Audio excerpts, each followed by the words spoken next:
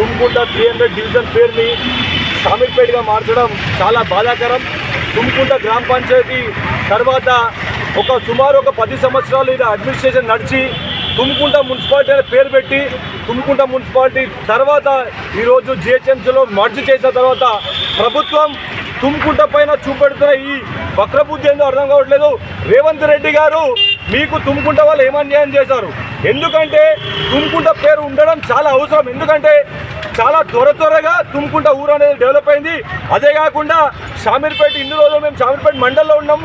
మండలే కాకుండా ఇప్పుడు తుమ్కుంటలో మర్జ్ అయింది.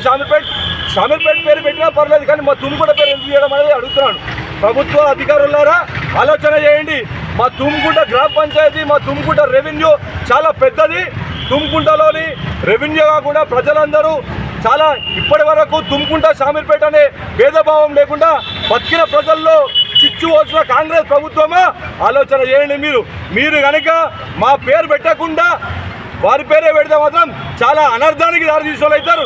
మేము ఇది రాజ్యాంగ ధర్మకర్త అయిన బాబాసాహెబ్ అంబేద్కర్ గారికి ఒక వినతి పత్రం ఇచ్చాం. ఎందుకంటే మీ అధికారులకు, మీ నాయకులకు ఎవరికి ఏ పత్రం ఇచ్చినా ఎవరు ఇప్పటిదాకా పట్టించుకోవట్లేదు.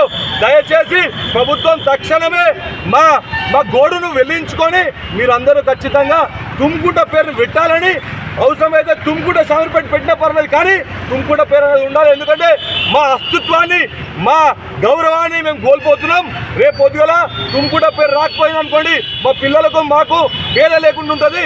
దయచేసి మీరు కనుక తుమ్కుంట పేరు మార్చకపోతే, తుమ్కుంట పేరు పెట్టకపోతే ఈ ఉద్యమం ఈ రోజే కాదు, ఇప్పటి నుంచి సుమారు 100 రోజుల దాకా ఉద్యమం చేస్తాం. మీ ప్రభుత్వాన్ని దించేదాకా, గద్దె దించేదాకా పనిచేస్తాం. దయచేసి ఆలోచించాలి అధికారులందరూ.